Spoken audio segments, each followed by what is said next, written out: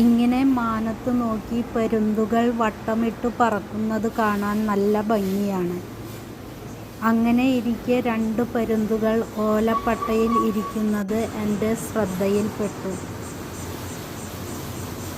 വലിയ വളഞ്ഞ കൊക്കും നല്ല മൂർച്ചയുള്ള നഖങ്ങളുമുള്ള ജീവിയാണ് പരുന്ത്. അവർ പിന്നെ ആ തെങ്ങിൻ മുകളിൽ ഒരു കൂടുണ്ടാക്കി. ആണും പെണ്ണും ഒരുമിച്ചാണ് കൂട് കെട്ടുക. ഇത് കാണാൻ നല്ല കൗതുകം തോന്നി.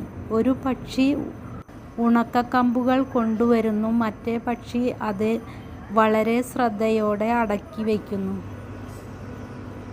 അങ്ങനെ കൂടുണ്ടാക്കി. പെൺപരുന്ത് മുട്ടയിടാൻ ഇരിപ്പായി. ഇതെല്ലാം ഞാൻ നോക്കി കാണുകയായിരുന്നു. ഒരു ദിവസം ഒരു തെങ്ങുകയറ്റക്കാരൻ തെങ്ങിനു മുകളിൽ കയറി. ഇതു കണ്ട എൻ്റെ മനസ്സ് പിടച്ചു. പരുന്ത് വട്ടമിട്ട് പറക്കാൻ തുടങ്ങി. ഇയാൾ ഒരു കുല തേങ്ങയും പട്ടയും വെട്ടിയതിനു ശേഷമാണ് ഈ പരുന്തിൻ കൂട് കാണുന്നത്. കൂടിനെ അനക്കാതെ അയാൾ വേഗം ഇറങ്ങി. പരുന്തുകൾ സമാധാനത്തോടെ വീണ്ടും കൂട്ടിൽ വന്നിരിക്കാൻ തുടങ്ങി. വീണ്ടും ഒരാഴ്ച കൂടി കഴിഞ്ഞപ്പോൾ മുട്ട വിരിഞ്ഞു. 2 കുഞ്ഞുങ്ങൾ.